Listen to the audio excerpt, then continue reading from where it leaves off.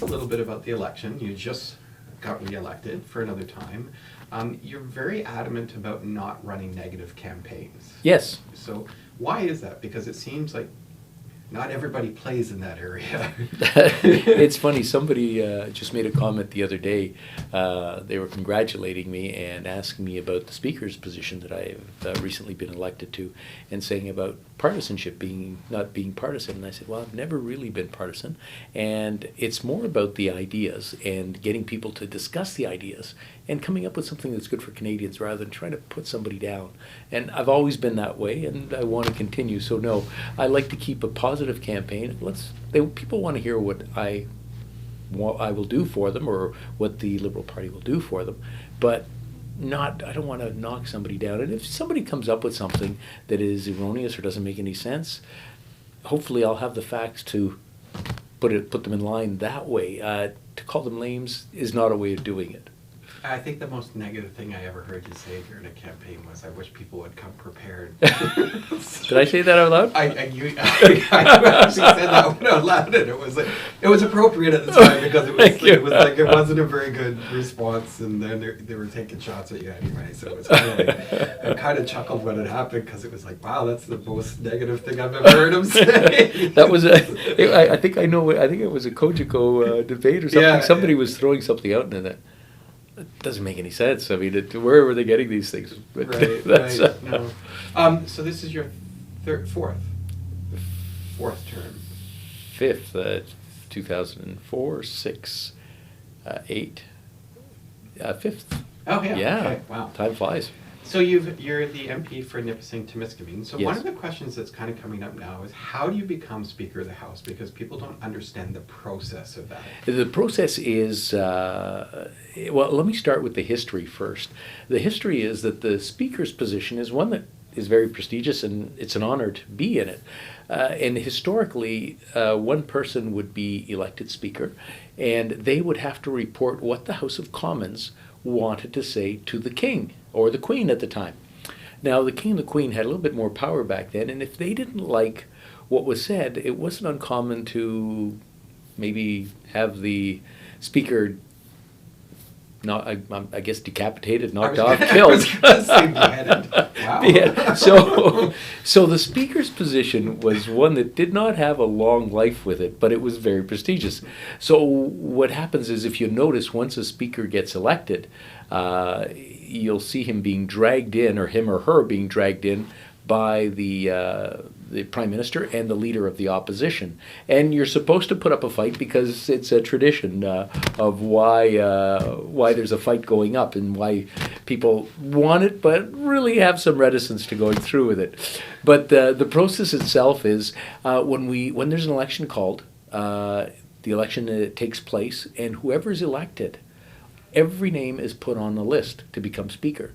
And it's up to the individual MPs to remove their names from the list. And those who are left then are the ones who will stand for election. And this is the first time that I've actually left my name on there. And there was 5 of us in all. And it becomes an election that happens. It's the first thing that comes up when all the MPs come back to Ottawa. And the senior person, the oldest or the longest serving MP in the House, becomes the Dean of the House. And he is the one, in this case, Monsieur Louis Plamondon, he is the one who chaired the meeting. So he chairs the meeting and the election. And it's done by preferential ballot, so everybody puts 1, 2, 3, or whatever their choices are, and then it just goes through cycles until they have somebody who wins by 50% plus 1. And it's quite an honor to be sitting there, and your name is called. So it was very good. So now that you're in this role, what is actually the role doing now? Because obviously you don't have to fear beheading at this point. Well, I hope not. No, I'm hoping so too. So what is the role of the Speaker of the House at this point? Well, the first and foremost, the Speaker is in the House, and he has three chair occupants who assist him: the Deputy Speaker and two Assistant Deputy Speakers. I was Assistant Deputy Speaker for 4 years under the previous Speaker, Jeff Regan. And what happens is you have to maintain some form of decorum in the House, make sure that the rules are followed. Any new rulings have to be looked at and made. So it's making sure that the decorum and the procedure is followed within the House. And one of the things I've done is gotten the House leaders on all sides to come into my office, and we've talked. And so we've got a nice open relationship going on, and that works out very well. One of the other things I did is first day I was in the chair, after I was done, I took a walk through the lobby, first on the opposition side and then on the government side, just to let them know that, hey, I'm here, I'm with you. If you've got anything to suggest to me, let me know. And it was took a little bit longer than I thought. It took me 45 minutes to get through the opposition lobby, and it was all very good. It was a good conversation that took place. The other thing, then walking through the government lobby, it was about 20 minutes or so, but I mean, it was great because people are talking and getting comfortable with you. Because I remember when I first started looking up at the Speaker's chair, thinking, oh boy, that guy, I'm scared. And I've had people come up to me when I was in the chair and be kind of intimidated, and just come on up, don't worry about it. It's just me. It's we got to go by the rules, and we'll work together. So that's one part of it. The second part is the administration of any service on the Hill, whether it's security, administration, everything from cleaning to the kitchen, right to service to MPs. That is something that's on there as well. So I now have a huge staff that reports to me indirectly. I've got the organizational chart all set up. It's a matter of getting comfortable with it and making sure everything works well. But the budget for the year is somewhere around $514 million. So it's a good sized budget, and so it's definitely a big budget. So that's the second component to being Speaker. The third one is a diplomatic component, where anytime we get a head of state or a leader from another country, they will meet with the Speaker and just discuss the state of affairs between the two countries, different areas that are pertinent. And just recently, in January, we'll be having the speakers from across the world, around the world, who are part of the Commonwealth, coming to Ottawa, and that's something that we're very proud to host them. At the end of the month, we'll be hosting the speakers from all the provinces in Halifax.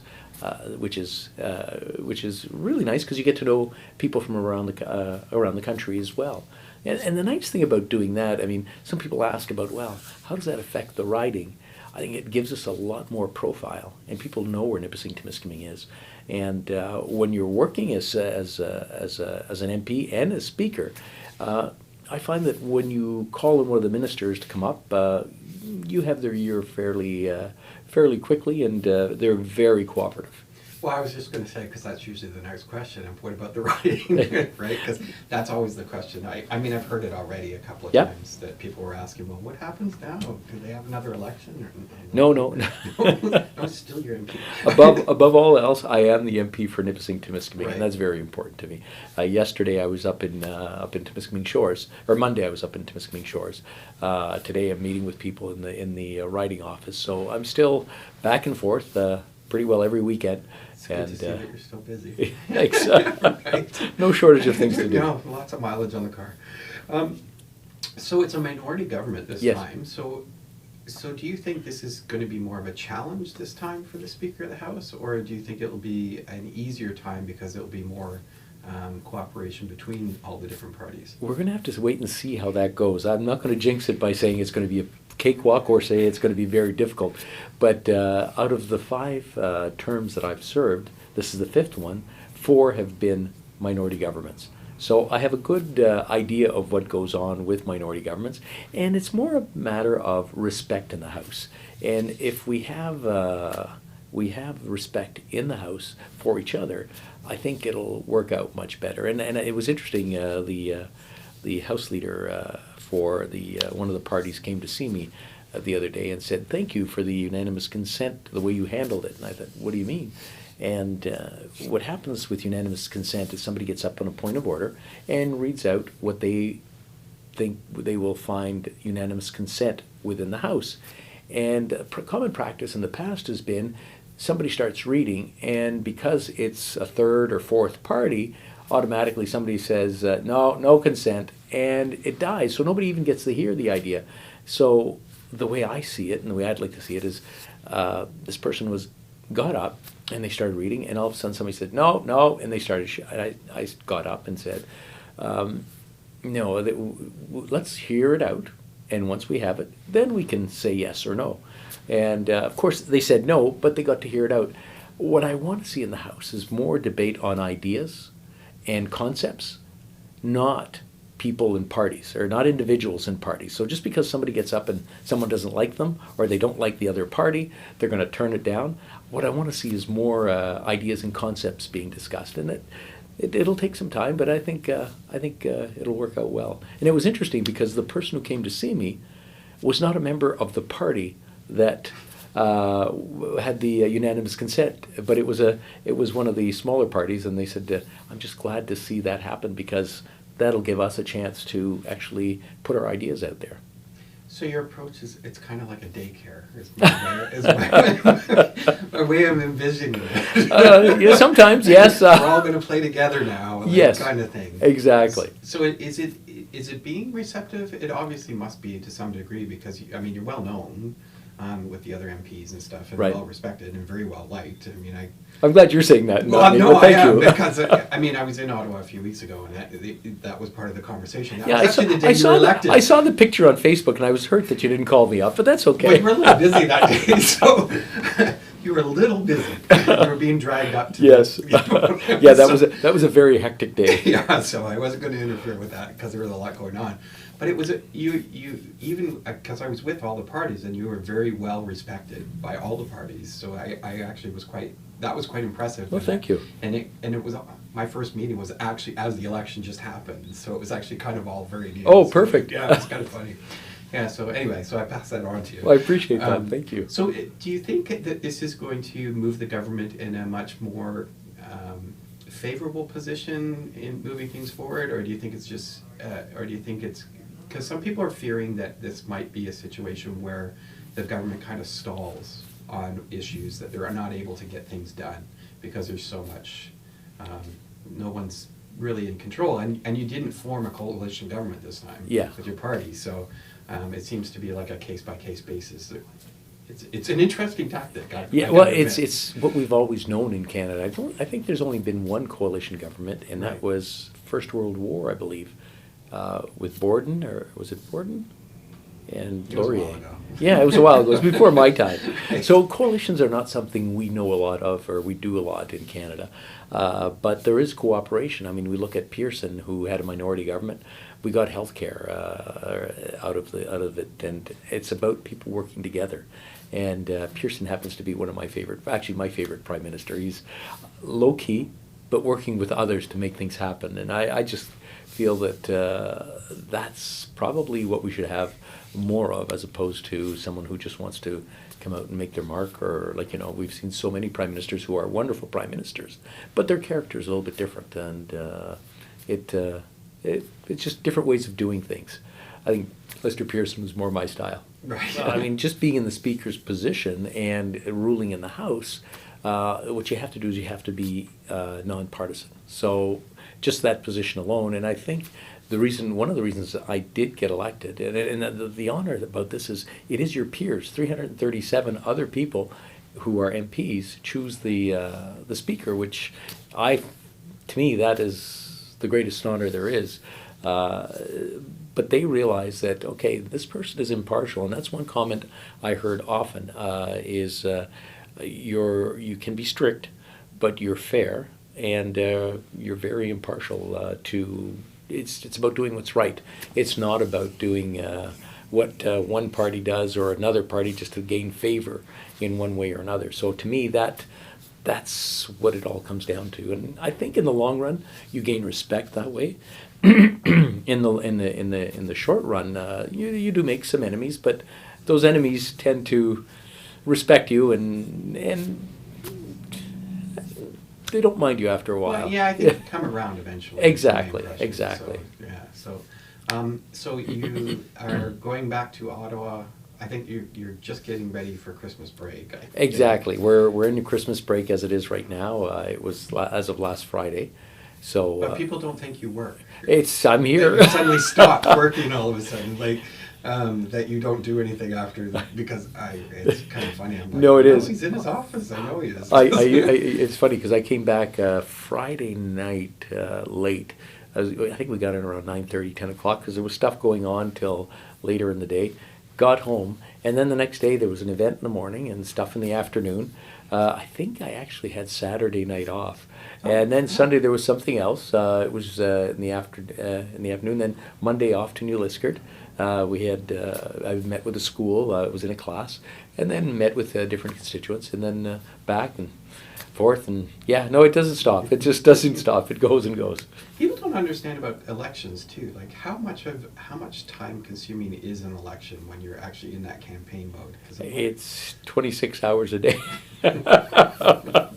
You're going at 100%. I mean, you experienced it Yep. as well. You're just going all the time. And what I find is at night you usually pass out. You don't fall asleep. And then around 2 o'clock in the morning you're wide awake and there's all these things racing through your mind. And then about 4 you fall asleep again for a couple of hours, and then 6:30 you're back at it, and another full day. So it is quite consuming, and it's something that a lot of people don't realize until they actually go through it. So are you thinking of anything further than Speaker of the House, or you're kind of in that mode right now? I'm very pleased and very honored to be the Speaker of the House. Like there might be an opportunity somewhere down the road that might change, maybe after the election, next one? Or? I'm very happy to be the Speaker of the House, and very honored. No, at this point in my life, I really do find this to be the pinnacle of my political career. Yeah, no, it seems to be. So, well, Anthony, we're going to let you get back to work because I know you've got constituents to meet with and stuff. So thank you very much. And we'll see you in Ottawa on part 2 of this. Thank you very much. I look forward to seeing you in Ottawa.